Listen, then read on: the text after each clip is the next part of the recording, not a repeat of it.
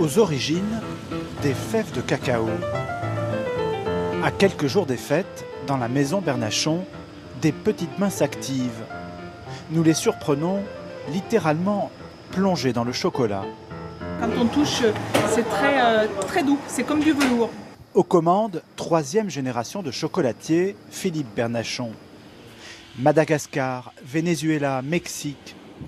Ces fèves viennent de 10 pays différents et la bûche de Noël qu'il va préparer aura des parfums de bout du monde. Là, on est en train de voir si les fèves sont bien torréfiées. Donc en fait, on prend une fève, on la casse, on voit déjà sa texture, si elle est plutôt molle ou un peu plus dure. Et après, on va sentir pour voir si tous les arômes des fèves explosent ou pas. Dans l'atelier, Julie Thérisol, jeune pâtissière, a préparé une génoise qu'elle découpe en 3 tranches. À l'intérieur, une crème pâtissière au chocolat. Je peux recouper un petit peu. Mieux le raboter pour que ça fasse vraiment, parce qu'après sinon ça ne va pas rentrer Dans la boîte. Et Madame André, ça va pas nous plaire. Alors ça, c'est de la ganache maison donc, qui est préparée ici. Donc c'est moitié chocolat Bernachon et moitié crème d'Isigny. Donc là, elle est travaillée assez ferme en fait pour pouvoir être passée à la poche et pour qu'on puisse avoir les petits crénelages comme ça. La signature du chocolatier, une bûche simple et classique. On va dire, on reste vraiment sur de la pâtisserie très traditionnelle, avec de la génoise, un punch avec un petit peu d'alcool, mais pas trop par rapport à nos ancêtres qui en mettaient bien plus que nous. Et après, ça va être garni d'une crème pâtissière au praliné, de la crème au beurre au chocolat, de la crème au beurre vanille sur les côtés. On est vraiment sur quelque chose de très, très classique. Pour toute l'équipe, la période est évidemment très chargée.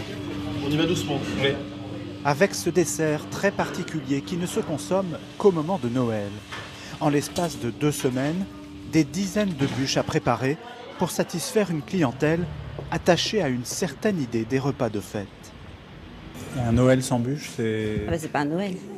C'est pas un Noël. Il faut avoir la bûche avec ses petits personnages dessus, avec la tradition. Je redis la tradition, mais c'est la tradition, ouais. C'est indispensable, hein. C'est le dessert qu'il faut.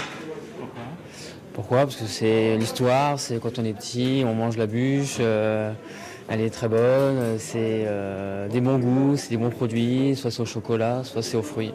C'est vraiment ce côté voilà, très, très traditionnel, un peu la bûche de leur enfance, ce qu'ils ont connu étant petits, c'est ce qu'ils viennent chercher chez nous. Une bûche qui évoque le bois, la forêt et la fête.